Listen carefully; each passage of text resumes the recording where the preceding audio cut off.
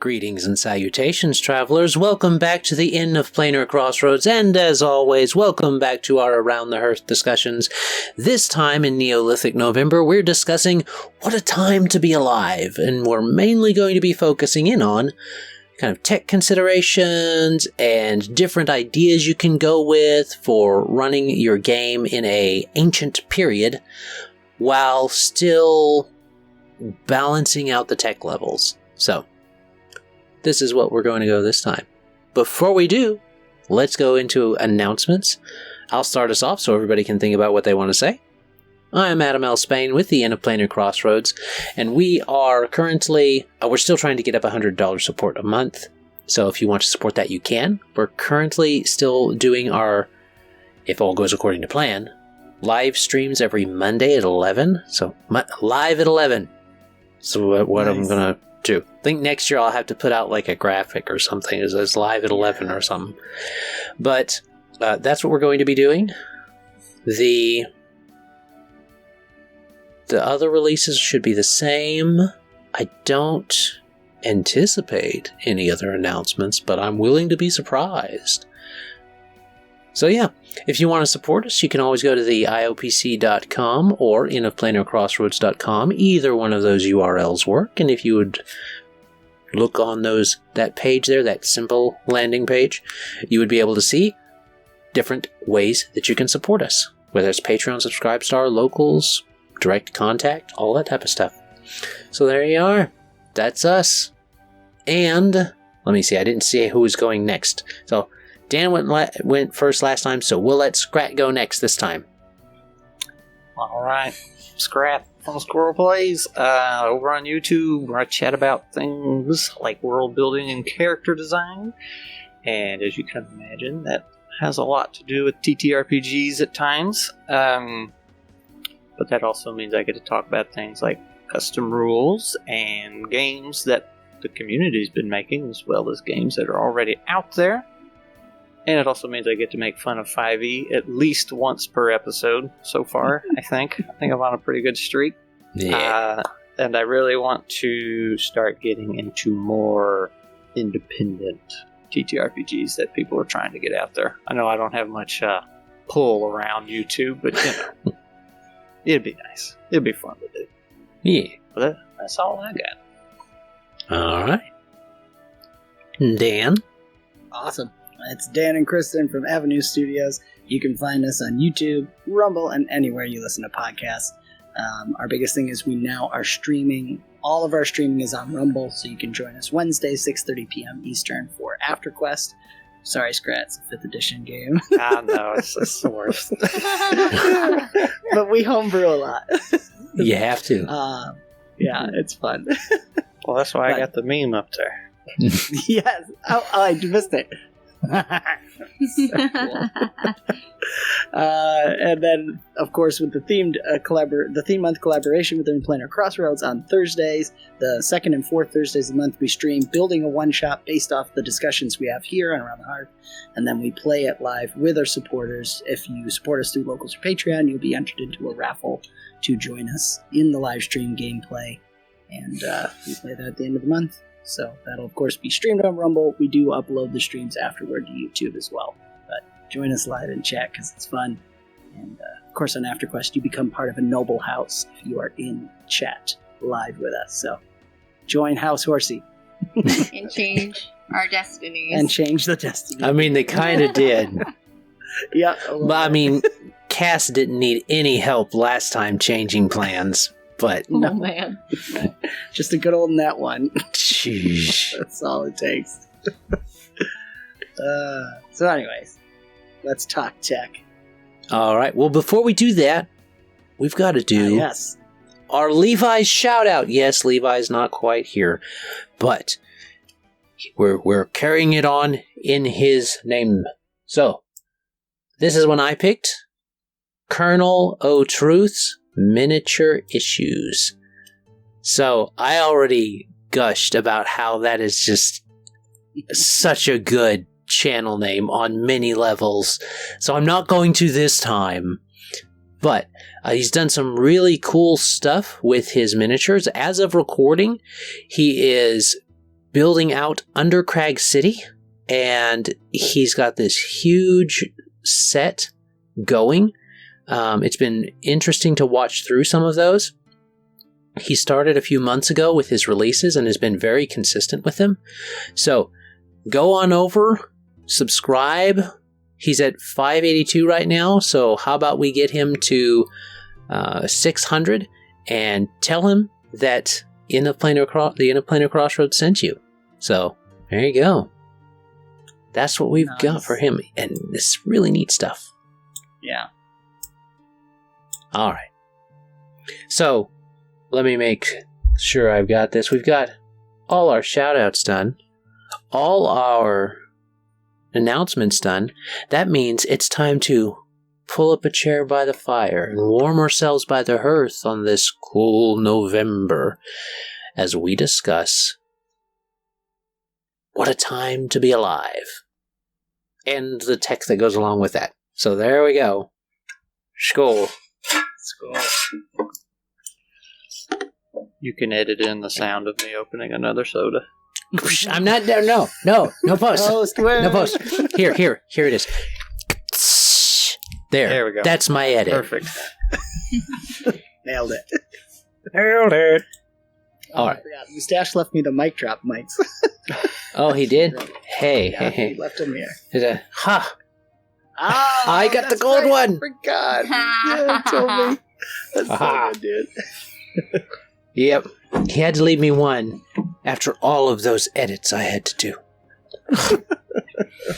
It was a good edit. It was weird. I think I nailed mine. I think that was pretty good. All right. Anyway.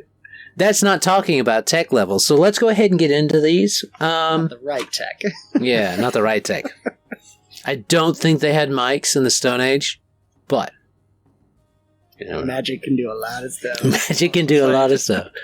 Talking into a rock that makes everything louder. That's all. I was going to say, it is life. Right, so makes the megaphone. There you go. Okay. So, our considerations and things to think about this time to get the juices flowing. Around this time, you're going to be looking at kind of deciding, if you're going to be going with the Stone Age, then you're going to be looking at a people that are tribal or clans at the most, and those families and extended family units are going to be either nomadic or possibly semi-nomadic. They probably are just barely getting into a kind of sedentary, this is where home is and home base is, and you could actually play that up. Maybe your generation is the first that's deciding not to move with the herds or something. That might be a thing you could go with. But you're going to be learning farming in this setting, not actually be farmers yet. So, like, if you're going with the established idea of what cavemen are, and not with a young Earth post-flood type of situation, then you're going to have hunter-gatherer type of stuff just happening. The farming thing, if you want to do that, you could do post-flood or pre-flood. And you can do it where you're changing from that migration of peoples to a more sedentary one. And farming isn't as hard to learn because you're already starting to develop. Your mental development is already there, which is a hindrance for the cavemen learning to do things. If you follow the caveman ideals, then they're dumb. But that's to be kind of expected. They're dumber than your players are. And your players may know, well, you need to water the plants. But the cavemen won't. So you might have to play loosey-goosey with that. Because you are smarter than what cavemen are portrayed to be. That's something to think about. You want to, if you're going further though, if you're going into the Bronze and into the Iron Age especially, trade routes have been established. And possibly some, not Roman level roads, but roads are being put together and set up. So that's going to allow you to have a bit more leeway on if you're going to have trade routes and connections and city-states and stuff like that. So those are things to think about. Language and communication is going to be a thing to address. Actually, Dan brought this up in, I think, his last point he brought from last time. He brought up the idea of communication between two tribes not being the same. That is very true. You especially saw this before the advent of the internet, people. We couldn't just listen to anybody else speak. We had to find recordings of it or go and see them. And people would speak similar dialects in an area. This is why Cajun and Creole are both distinct from each other, but we're from the same area. They're from the same area, kind of. So you have this dialect type of situation going on. You have, and it's still present in like Appalachia and certain parts of the South. You still have it. You have it in Minnesota where there's this type of talks and speech patterns, but that's starting to go away too. So people are starting to get more generic American speech because we just don't have that. We don't have that disconnect from each other enough to maintain those dialects. But the people of this time will. They may have entirely different languages. I was watching a historical video one time talking about the trades and different things. Even people in England, as small as England is, people from London might not understand somebody from the other side of the island down of the British Isles down south, even though it's still England. So they would have a different word for egg, I think was the example. They asked for an egg and they were like, what egg? What an egg? And because they're Dutch, it was a heavy Dutch leaning in their language down there, in their dialect. It wasn't egg, it was something else. So you have that. It's not impossible to overcome it. And do be aware that miscommunications do not automatically mean combat. They don't automatically mean that you're going to end up offending someone so much that they're going to attack you. That's hyperbolic. That's movie story type of stuff. In real life, if they couldn't understand you, they figured you were speaking a different language. It wasn't like they were just assuming you were insulting them unless the tone was there, because tone is almost always universal. But the trick there is that communication being a desired thing. People want to understand what the other person is saying, even if they don't want to give them what they want. They want to know what they're asking for. So there's those things. And Kane had a point also. Point number 2. For combat? Yep. Kane point 2. Combat should be very environmental whenever possible. Plans should be drafted, traps should be laid. Most weapons available to warriors are likely incredibly simple or relatively fragile.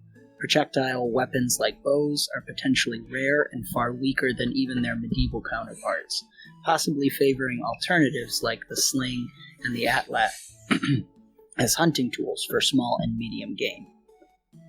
Mm-hmm. Well, yep. And I would also add to that the spear. The true spear. Weapon of every man. So we have established some points to go off of. I'll let you guys start in on what you want to talk about. Well, my first observation here is you keep saying the players are smarter than cavemen, but I've seen them try and solve a few riddles thrown at them. I don't know. I got my doubts. I can't quite argue with that totally. So. Yeah, but again, Mouse Ritter I feel like lends itself very well to what he was saying about fragile weapons and stuff. But I was also thinking about weapons when I was going over this beforehand. I really like the idea of everybody generally using blunt weapons, right? Whether it's a big bone from something or a rock duct taped to a stick, or however they did it back then. But and then in your typical tabletop, right, your magic items, magic swords and weapons, that's the good stuff, right? So instead of that, you just have sharp weapons, and bleeding damage is like something really destructive in this.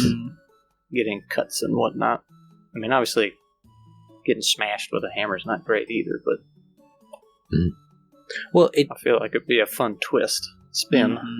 It does actually lend itself to make like improvised weapons and weapons similar to them to be more beneficial. Having in some systems you have to have a feat to be able to improvise a weapon and make it lethal. And that's actually going to be something that you can either hand wave or make very valuable in your system or in your game. I'd be tempted to hand wave it because, I mean, if you pick up a chair and smack somebody over the head with it, it doesn't really matter if you're trying to break their skull or not. Their skull might break. So you're not proficient with chair swinging. I'm sorry. That's a 1d4 damage. You get 1d4 for a chair. Not trained in that. No. Chair swinging. But you need the bar brawl feat. I'm sorry. Yeah, there it is. So giving every caveman character, and I guess if you're playing with kind of fudging the tech levels, or perhaps fudging the civilization levels, we might say, if you have, I think Scrat mentioned it last chat, the encounter of an Iron Age with a Stone Age civilization. Right. Having that happen, you could have it where the cavemen do not need that. But the other ones do, because they're so used to more advanced weapons. So that may be a benefit to being a caveman character, or a primitive character, is that you get that feat for free, just as part of your background. I guess it would work just like a background. A background, yeah, that's cool. I do like that idea with talking about tech levels, of the idea of hitting at those points where you get a clash of that, and the discovery of, like, because I think a lot of learning would be in the interacting with the other tribes and stuff. Even if you're at the same tech level, they might have figured out how to do something different, or because of the way nomadically they've traveled, they've gotten access to animals or plants that you haven't before, so they've just been able to figure something else out. So this really lends itself to that discovery of new items that, even though they're not magical, it's just, oh, this is a different way, so now it has this ability or something like that. And then taking that to another level of encountering someone who's actually stepped it up to the next stage, whether it's bronze or iron or something. Could be a really fun story element to play with, of discovering that for your people for the first time. I think it'd be interesting if they were the bad guys, quote unquote, and they had more technology and stuff, so like you gotta decide, are you gonna try to take them out to get their stuff, or are you gonna try to befriend them and try to learn from them, like, I don't know, you go a lot of different ways. You gotta challenge them to a game of football. That's how that movie went. There you go, yeah. Although legitimately you could do that.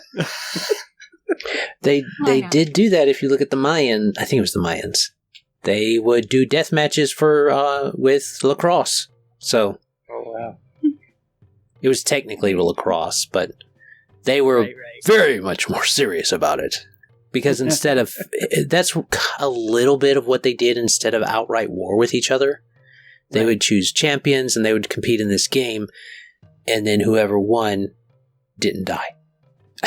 And got to have the rewards and stuff. And they were serious about it. They would put the little ball, if they were wanting to show how tough they were, they would put the ball in their mouth, meaning that whomever wanted to get that ball away from them to get to the other side had to get it out of their mouth. Oh my gosh. And just imagine how they would have to do that. Oh yeah. Ah, So, Bam. right across That the could be face. Yeah, I mean that Hockey could mouth. be yeah. To say the least. That could be a really cool thing if your party is one of those teams or something, you know?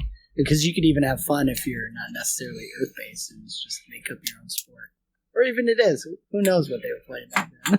when I think of the El Dorado movie where they're playing that kind of like a basketball-ish kind of game, right? Oh, yeah. It was it was very similar to that, except that they used waffles. They used, it was lacrosse. It was lacrosse is what it was. Oh, okay. But to rugby with ball. lacrosse. So, Mhm. That could be fun. That's a nice way to do combat, too. And it's set up. Yeah, that could be a lot of fun. and it goes back to the point that we had before. In this era, there's not a lot of people, just in general. There's a lot fewer people. In combat, people can run. Right. Running is a valid option because it's not like there's a police force or reinforcements that are going to come after you and hunt you down if you run miles and miles away. They've got to guard their settlement. They're not going to run miles and miles away to get you. We saw this even the Wild West was like this, where you could get away. So, you have that consideration. Also, people don't want to die. So People are still people.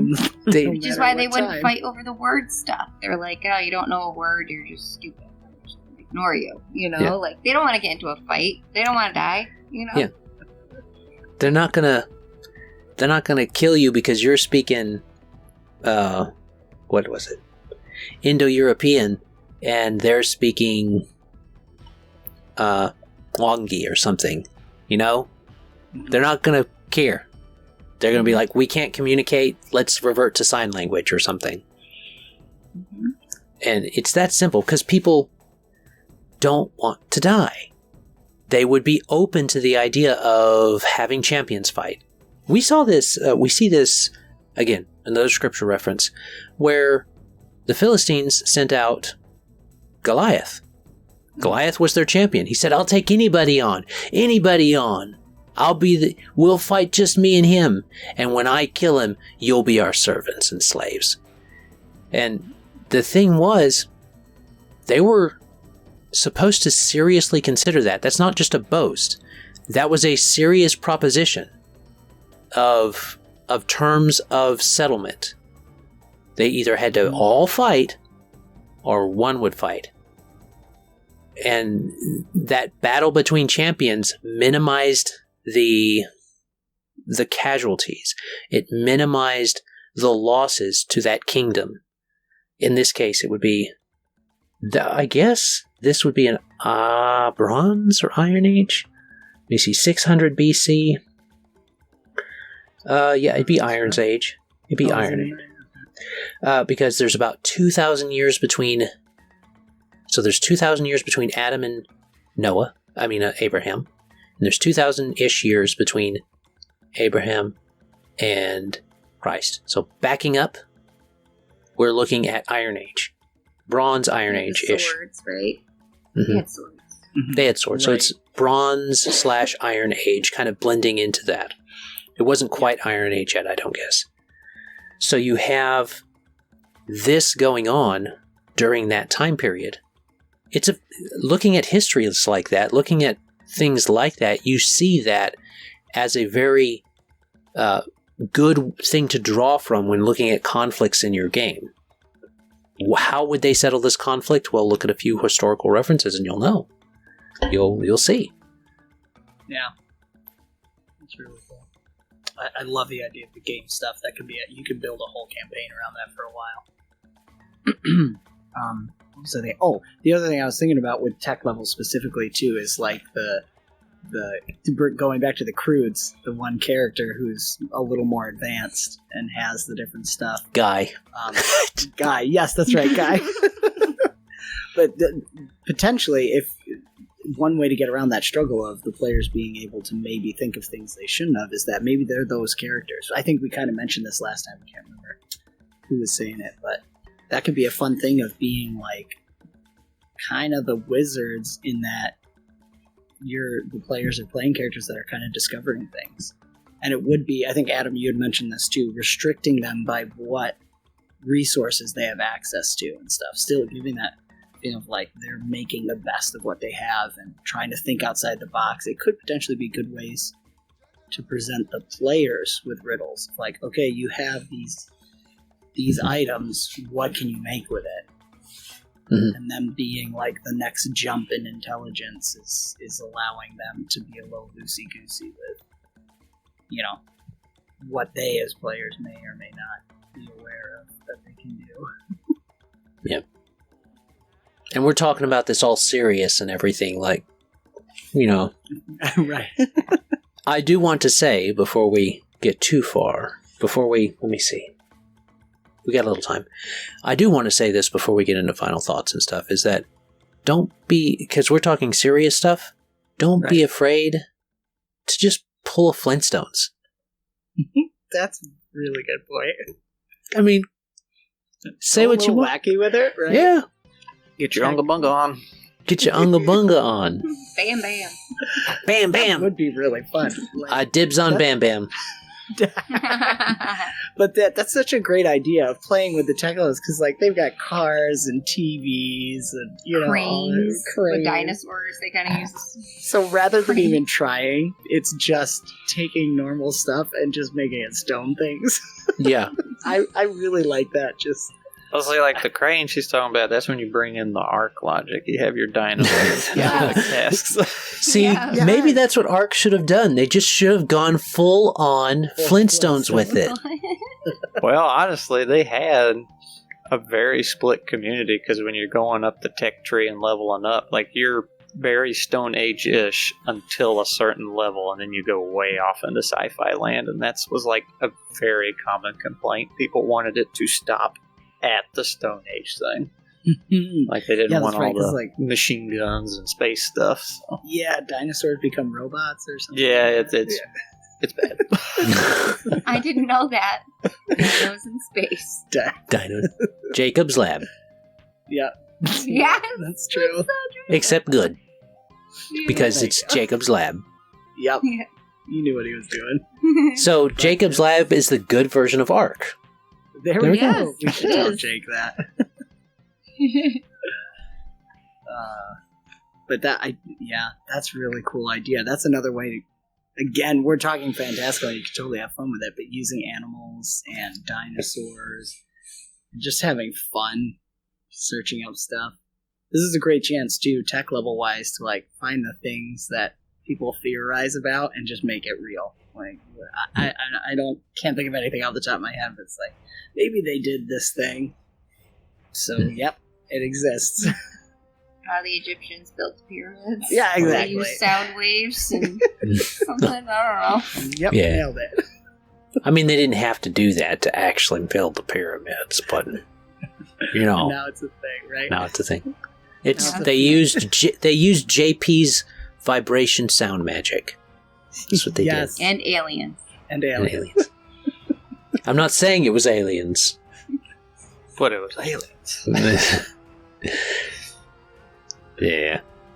But there's that to consider. Don't be afraid to have fun with it. And Yeah, that's a great point. I think now, with so few people, we're able to stay on track. So now we can do final thoughts. So, let's see. We'll do Dan this time, and then Scrat, and then me. Mm-hmm. Man. Yeah, that was almost kind of what it is. That there's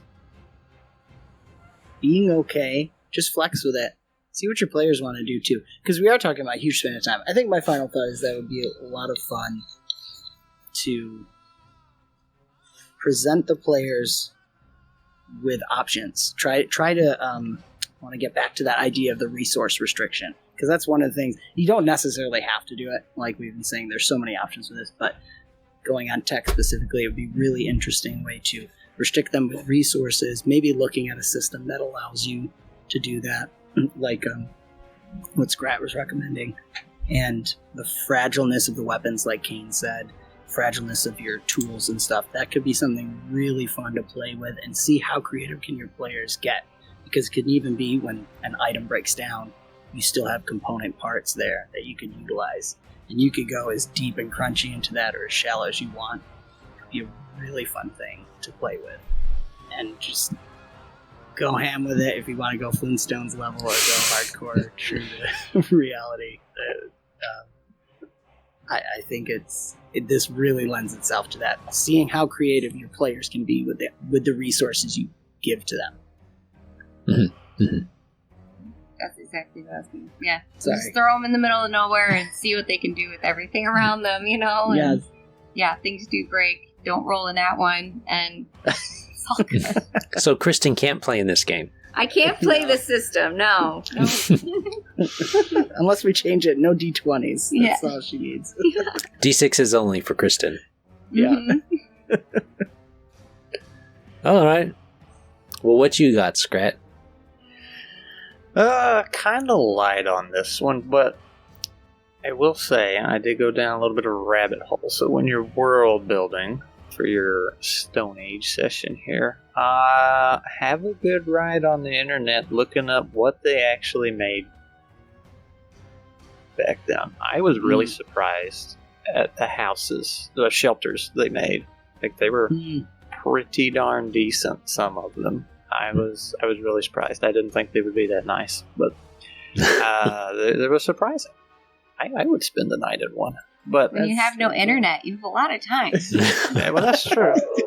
You can't Google, how do I build a Stone Age house? A lot of time to figure it out. A lot of burnt down houses we don't see anymore, too. Yeah.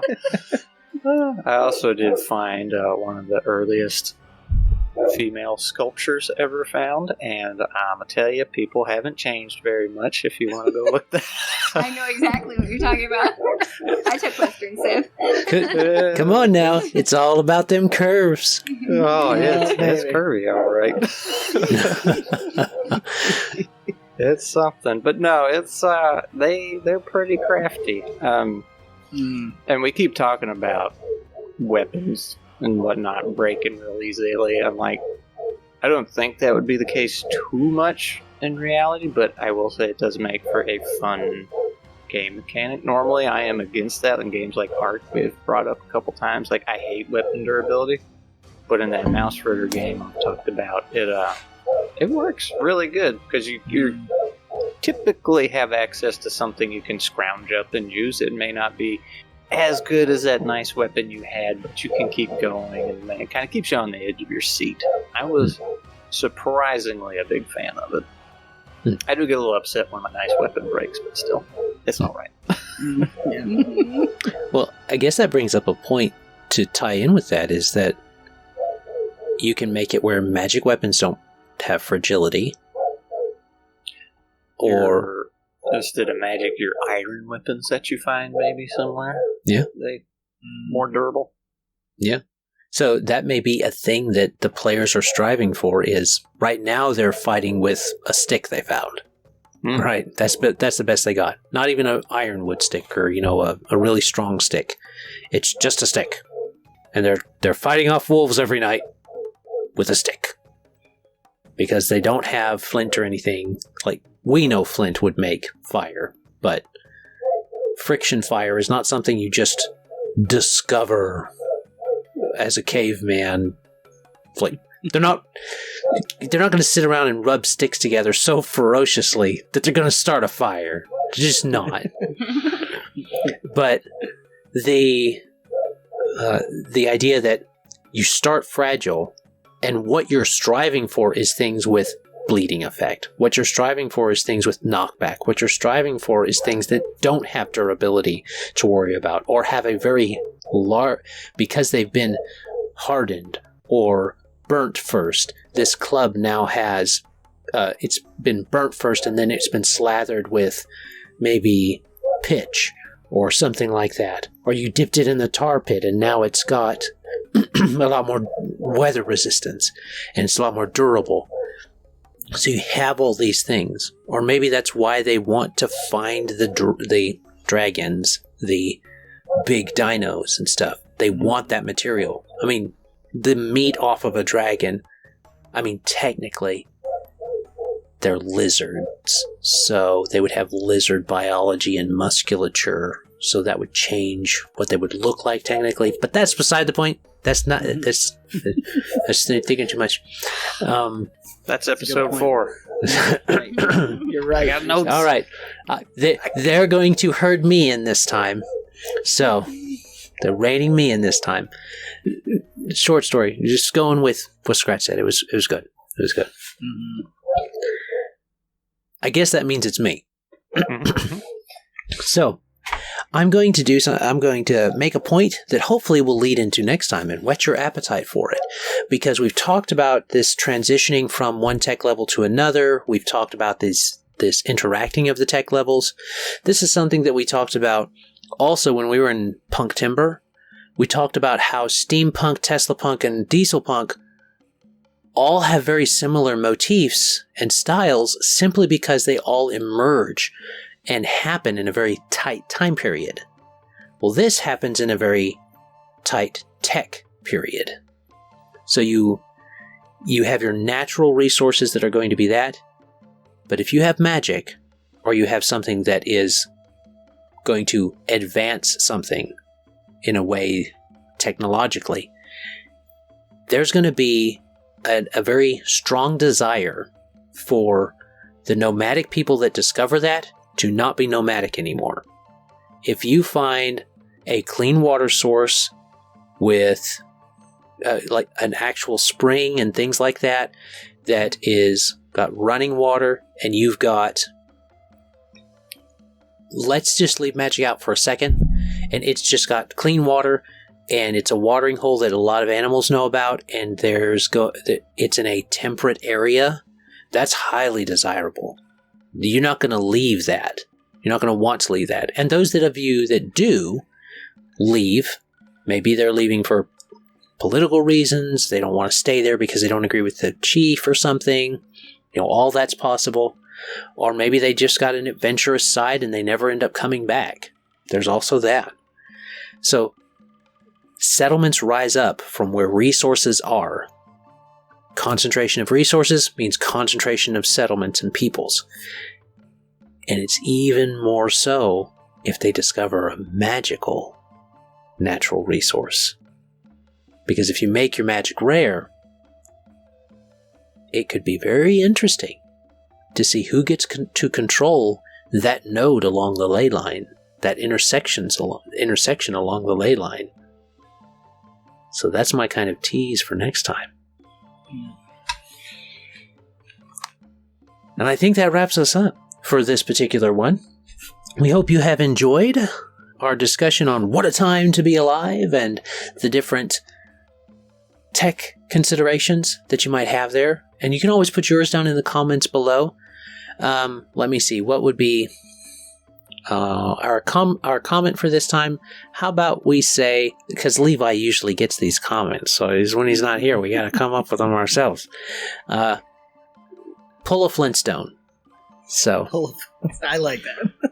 Pull a Flintstone's the comment. And go check out these guys. The Squirrel Plays on YouTube. Dan from Avenue Studios, which is on both Dan and Kristin from Avenue Studios, which is on both YouTube and Rumble, and the Interplanar Crossroads on both YouTube and Rumble. As always, have a great day. God bless and enjoy. Bye. Bye. Bye.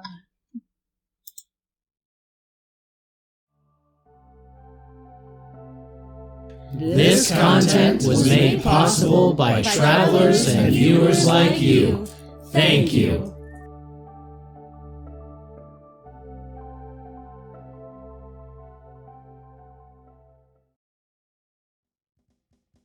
Okie dokie.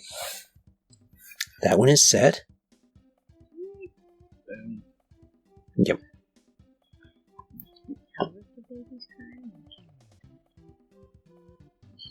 No. Okay. I was hoping she'd stay asleep. No war cries from the nursery. No. No, I went into the bathroom and I just hear crying. I'm like, oh.